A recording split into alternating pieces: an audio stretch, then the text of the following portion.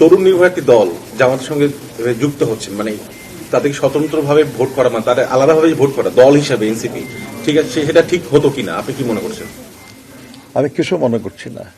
আচ্ছা, একটা জিনিস তো জানতে, কারণ আমার মনে করায় কিছু আসে যায় না, কারণ আমি এনসিপিরও নীতি নির্ধারণ করি না, আমি জামাতেরও নীতি নির্ধারণ করি না। তাদের এই ভাবনার সঙ্গে দ্বিমত পোষণ করে তাদের অনেক নেতৃবৃন্দ দল ছাড়ার ঘোষণা দিয়েছেন।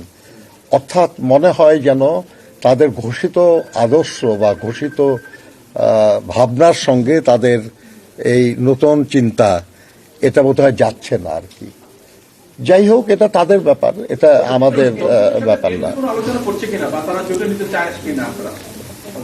আমি এ ব্যাপারে আমি আপনাদের কিছু বলতে পারবো না, কারণ এটা দলের রাজনৈতিক সিদ্ধান্ত।